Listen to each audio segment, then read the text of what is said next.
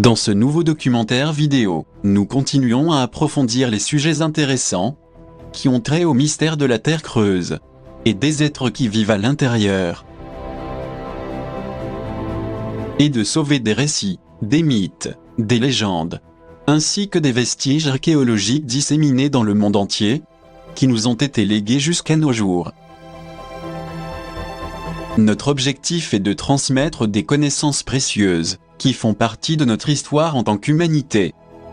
Et bien que la science officielle tente souvent de cacher les preuves, parce qu'il s'agit de faits qui ne peuvent être expliqués. En vérité, il s'agit de vestiges appartenant à des civilisations beaucoup plus évoluées que la nôtre aujourd'hui, puisqu'elles possédaient une technologie très développée, basée sur l'énergie libre infinie. Une technologie qui supprimerait les fondements de toute la structure sur laquelle nous nous appuyons aujourd'hui, constituée d'une science conventionnelle très coûteuse et limitée. La véritable histoire de la Terre et de l'humanité est beaucoup plus ancienne que nous le pensons. Il existe des preuves du développement que ces civilisations ont atteint. Elles ont été détruites par différentes catastrophes, mais elles n'ont pas disparu. Puisque de nombreux survivants de l'Atlantide, de la Lémurie et de l'Hyperborée ont trouvé refuge dans la Terre creuse, qui pourrait maintenant aussi être le refuge de cette civilisation actuelle, à condition que nous prenions un tournant positif pour sortir de la décadence et échapper à la régression dans laquelle nous vivons. C'est pourquoi il est essentiel de s'impliquer dans les manifestations qui ont lieu dans de nombreux pays, et de ne pas laisser se produire ce qui est arrivé à ces civilisations passées. Nous le montrons dans une série de documentaires de grand intérêt depuis le début de 2022. Tous liés à la fois à la Terre intérieure et à la surface, qui est liée à la Terre intérieure. Ils traitent de sujets très variés et intéressants, méconnus de la plupart d'entre nous. Des sujets qui nous inspirent et nous font sortir de la confabulation répétitive de la pandémie et de tout ce que les élites et les gouvernements qui leur obéissent veulent nous faire.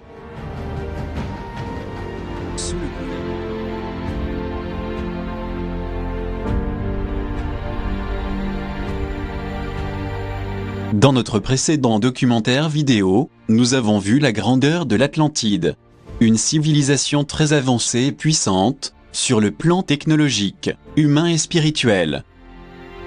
Son âge d'or a été une longue période de splendeur et de connaissance des sciences, de l'art, de l'architecture, où la beauté se reflétait dans les grands bâtiments, monuments et temples, ainsi qu'une technologie très développée dans tous les types de vaisseaux, qu'ils soient terrestres, maritimes ou aériens. Des vaisseaux spatiaux qui leur permettaient de parcourir de grandes distances à l'intérieur de notre planète, sur sa surface, ainsi que vers d'autres mondes dans l'espace. À cette occasion, nous approfondirons un peu plus ce sujet attrayant, où le mythe et la légende font place à la réalité.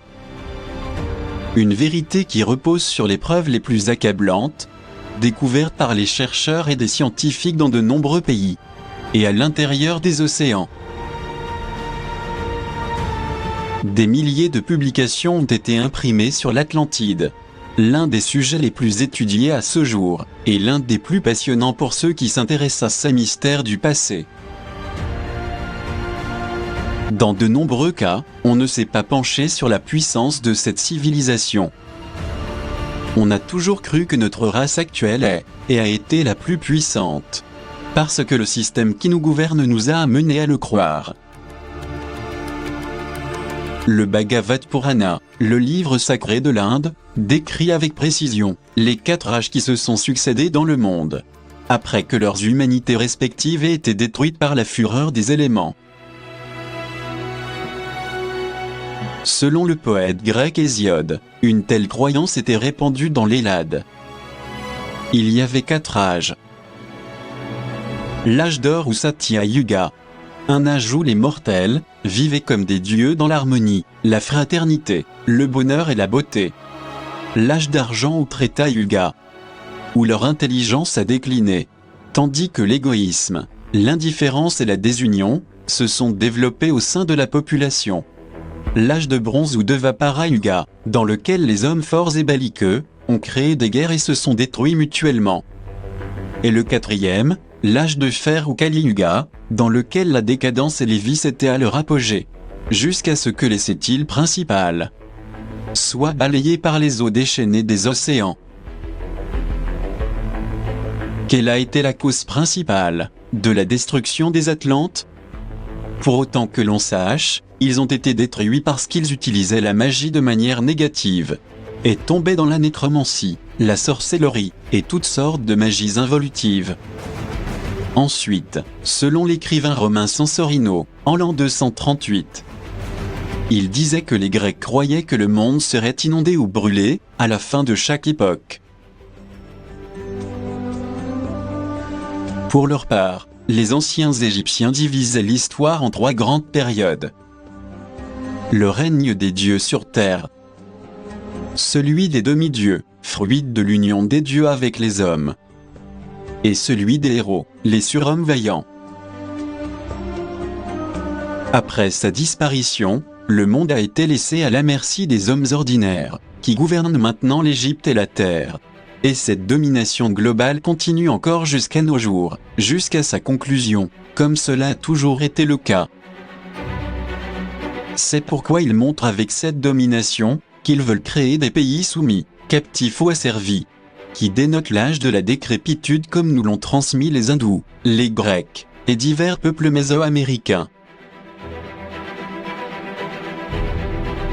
Les anciennes sources littéraires égyptiennes indisponibles aujourd'hui confirment les écrits de l'auteur latin Pomponius Mela, lorsqu'il affirme que les Égyptiens seraient le peuple le plus ancien de la planète.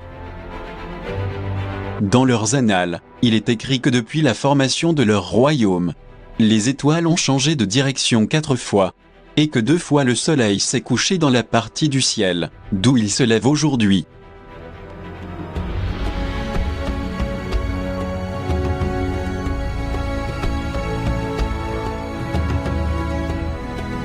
D'autre part, en Égypte, les textes du temple d'Edfou racontent l'histoire d'une civilisation antique, une île fondée par les dieux qui a disparu. Et comment les disciples ou les compagnons d'Horus ont gouverné l'Égypte il y a 10 000 ans. Les premiers temps. Le Zep-Tépi, après la submersion de l'Atlantide. Ils sont appelés Shemsuor, dans le papyrus de Turin. Cet ancien canon royal de Turin fait référence à l'existence de ces êtres stellaires ou disciples d'Horus, appelés les Vénérables Aku. Car c'étaient des êtres transfigurés brillants ou étincelants, qui aidèrent à unifier et à reconstruire toute l'Égypte.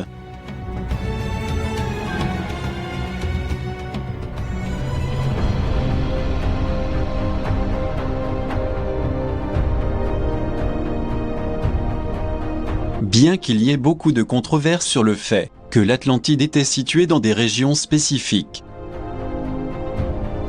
Selon des études approfondies, il a été corroboré que l'Atlantide légendaire a consisté pendant la majeure partie de son temps en d'immenses centres de population sur une grande partie de la Terre. C'est-à-dire qu'il s'agirait de nos ancêtres, avec leur vaste culture et technologie planétaire, ou de la patrie primordiale de l'humanité. C'est pourquoi toutes les races racontent la même histoire, qui coïncide sur un puissant déluge d'une ampleur insoupçonnée, qui a enseveli dans les mers la planète entière, et dans laquelle il est souvent dit que le salut de quelques-uns était dû au fait qu'ils avaient atteint les terres hautes, qui furent ensuite appelées montagnes sacrées.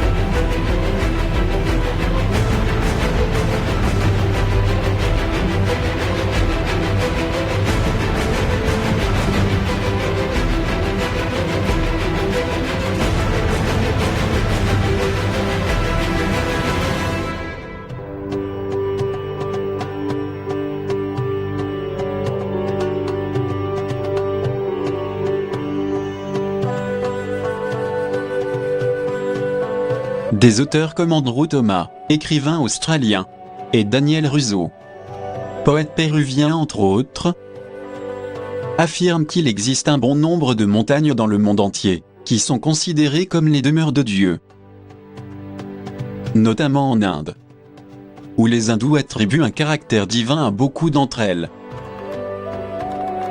comme le cas de Nanda Devi, Kailash, Kanchenjunga et de nombreux autres sommets. Selon eux, ces montagnes servent de résidence aux dieux. Ils considèrent donc que non seulement les sommets mais aussi les profondeurs des montagnes sont sacrées. Les écritures indiennes parlent de la montagne Meru, qui est le centre du monde, et que certains identifient comme le mont Kailash au Tibet. Les récits d'êtres supérieurs habitant certaines montagnes sont également répandus sur tous les continents. En Amérique du Nord se trouve le mont Shasta, en Californie, qui occupe une place prédominante parmi les Indiens d'Amérique du Nord, où beaucoup ont affirmé avoir vu des reflets lumineux et d'autres phénomènes étranges. Le Los Angeles Times de Californie publia en 1932 un curieux article signé par Edward Lancey, affirmant l'existence d'une étrange communauté vivant sur la montagne ou à l'intérieur. Il s'agissait d'hommes blancs de grande taille et d'apparence noble. Ils avaient des cheveux épais, portaient un ruban sur le front et se couvraient de vêtements blancs. De même, W.S. Hervey, écrivain américain, soutient dans son livre Lemuria que la présence d'aéronefs a été observée sur le territoire du mont Shasta. L'accumulation de ces antécédents a conduit les chercheurs à penser que cette montagne sacrée de Californie est un refuge pour les êtres célestes ou de survivants d'une civilisation plus ancienne et très développée, comme l'était probablement l'Atlantide. De même, dans la région chinoise du Xinjiang, au nord de la chaîne de Karakoram, l'écrivain russe Nicolas Roerich a précisé que derrière cette montagne vivent les saints hommes, qui sauvent l'humanité avec leur sagesse. Beaucoup ont essayé de les voir sans succès. Quoi qu'il en soit, dès qu'ils atteignent le sommet, ils sont perdus. Un guide indien a appris l'existence de vastes grottes dans le col du Karakoram, où des trésors ont été entreposés depuis l'aube de l'histoire. Il a également signalé que des hommes blancs et de grande taille avaient été vus disparaissant à l'intérieur de ces galeries rocheuses. Indubitablement, il est clairement démontré qu'une grande partie des survivants de l'Atlantide ont été dans la plupart des abris qui se trouvaient dans les montagnes, tandis que les plus avancés se rendaient dans les terres intérieures. Et dans de nombreux cas, ils décoraient même les sommets des montagnes sacrées, qui les recouvraient avec des formes pyramidales. Car ils savaient que dans leur patrie primordiale, les pyramides étaient utilisées comme source de connexion électromagnétique pour l'éclairage de leurs colonies et nations. Ces formes pyramidales ont également permis de condenser les figures humaines, représentant leurs origines et leurs caractéristiques ethniques dans ces lieux. Cela corrobore le fait que dans la légendaire Atlantide, il y avait une infinité de pyramides comme réminiscence. Beaucoup de ces monuments servaient de points de connexion électromagnétique ou d'éclairage. C'est ainsi que d'autres êtres de l'espace sont venus d'autres mondes pour repeupler et initier la nouvelle race, qui est celle dans laquelle nous vivons actuellement.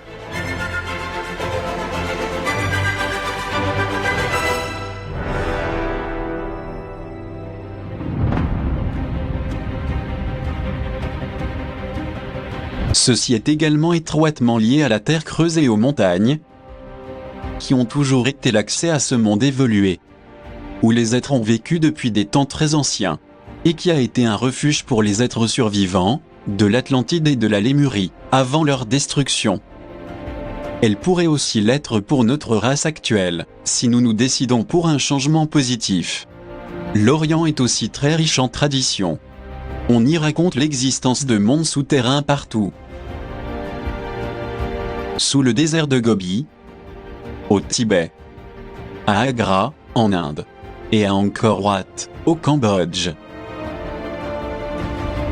La plus célèbre des traditions orientales est celle de l'Agartha et de son centre suprême, la capitale du royaume souterrain Shambhala, qui fait référence au débarquement des seigneurs de la flamme, au milieu de la mer intérieure, devenu plus tard le désert de Gobi. Ce que disait l'écrivain français, Saint-Yves d'Alvèdre, a été confirmé en 1923 par le scientifique et journaliste russe Ferdinand Ossendowski, qui dans son livre Bête, Homme et Dieu, raconte que les anciens des rives de la Nil lui ont parlé d'une ancienne légende, selon laquelle une tribu mongole, tentant d'échapper à Gengis Khan, se serait cachée dans une région souterraine. Plus tard, un ancien des environs du lac Nogankul leur a montré lorsqu'après la dissipation d'un nuage de fumée, est apparue la porte du royaume d'Agarthi. Autrefois, un chasseur est entré dans le royaume par cette porte, et à son retour, il commença à raconter ce qu'il avait vu. Les lamas l'ont admonesté, pour l'empêcher de parler du mystère des mystères. Devenu un vieil homme, il est retourné à l'entrée de la grotte, et a disparu dans le royaume souterrain. Ossendowski a obtenu des rapports plus détaillés, du Hutuktu Gelil Diamsrap, de Narabanki Kouré. Il a raconté l'histoire de l'arrivée du puissant roi du monde, à sa sortie du royaume souterrain. Son apparition, ses miracles, et ses prophéties. Et alors il a commencé à comprendre que cette légende renfermait une réalité capable d'influencer le cours de la vie politique de l'Asie. Le lama Gelon, le favori du prince Tshultimbeli, et le prince lui-même, lui ont donné une description du royaume souterrain, qu'Ossendowski décrit comme suit. Dans le monde, tout est constamment en état de transition et de changement. Les peuples, les religions, les lois et les coutumes. Il y a plus de 6000 ans, un saint homme a disparu avec toute une tribu à l'intérieur de la terre. Il n'est jamais réapparu à sa surface. Cependant, de nombreux hommes ont depuis visité ce royaume mystérieux. Sakyamuni, Undurgegen, Paspa, Baber, et d'autres. Mais personne ne sait où il se trouve. Certains disent que c'est en Afghanistan, d'autres en Inde. Tous les membres sont protégés contre le mal, et le crime n'existe pas. Le peuple souterrain a atteint le sommet de la sagesse. C'est maintenant un grand royaume avec des millions d'habitants, dirigé par le roi du monde. Il connaît toutes les forces de la nature, lit dans toutes les âmes humaines, et dans le grand livre du destin. Invisible, il règne sur 800 millions d'hommes, qui sont prêts à exécuter ses ordres. Le prince Tshultimbeli a ajouté: ce royaume est Agarthi, et il s'étend à travers toutes les entrées souterraines du monde entier. J'ai entendu un sage lama dire à Bogdo Khan que toutes les cavernes souterraines d'Amérique sont habitées par les anciens peuples qui ont disparu de la terre. On en trouve encore des traces à la surface du pays. Ces peuples et ces espaces souterrains dépendent de chefs qui reconnaissent la sagesse du roi du monde. Vous savez que dans les deux grands océans, de l'Est et de l'Ouest, il y avait autrefois 2 continents. Les eaux les dévorèrent, et leurs habitants sont passés dans le royaume souterrain. Les cavernes profondes sont éclairées par une lueur particulière, qui permet la croissance des céréales et d'autres légumes, et donne aux habitants une longue vie sans maladie. De nombreux villages et d'innombrables tribus y existent. Un vieux brahmane bouddhiste du Népal obéissant à la volonté des dieux, se rendit dans l'ancien royaume de Gengis Khan, appelé plus tard royaume de Siam, l'actuelle Thaïlande. Et y rencontra un pêcheur, qui lui ordonna de prendre son bateau, et de partir avec lui en mer. Le 3e jour ils atteignirent une île, où vivait une race d'hommes venus du royaume souterrain, et qui leur ont décrit certaines régions.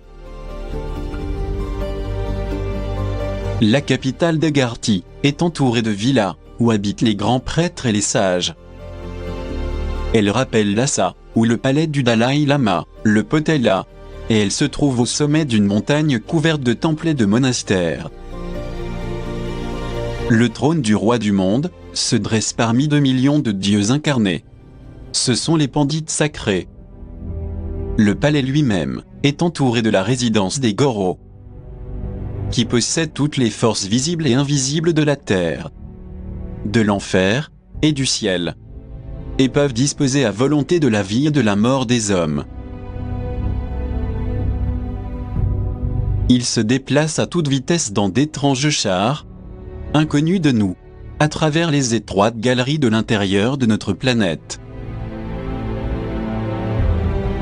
Certains brahmanes de l'Inde et certains lamas du Tibet ont réussi à gravir les sommets de chaînes de montagnes, jusqu'alors vierges de tout pied humain, et ont vu des inscriptions gravées sur les rochers, des traces de paix dans la neige, et des traces de roues de chariots.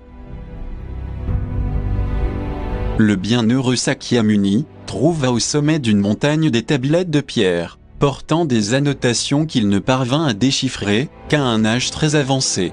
Puis il entra dans le royaume d'Agarthy. Là, dans de merveilleux palais de cristal, réside le roi du monde, Brahma, qui peut parler à Dieu comme je vous parle, et ses 2 assistants, Mahatma, qui connaît les événements futurs, et Mahinga, qui dirige et prévoit les causes de ces événements. Les saints pandits étudient le monde et ses forces. Parfois, les plus sages d'entre eux se réunissent et envoient des délégués dans des endroits où les yeux des hommes ne sont jamais allés. C'est ce que décrit le Tashi Lama, qui a vécu il y a 850 ans. Dans le monastère d'Erdeni des Adus, vivait autrefois Pandito Tuktu, qui était à Agarthy. Lorsqu'il mourut, il parla du temps où il habitait sur une étoile rouge à l'est, et où il volait au-dessus de l'océan couvert de glace, et se promenait parmi les flammes qui brûlent, dans les profondeurs de la terre. Ce sont les histoires qu'Ossandowski a entendues dans les maisons des princes, et dans les monastères lamaïstes.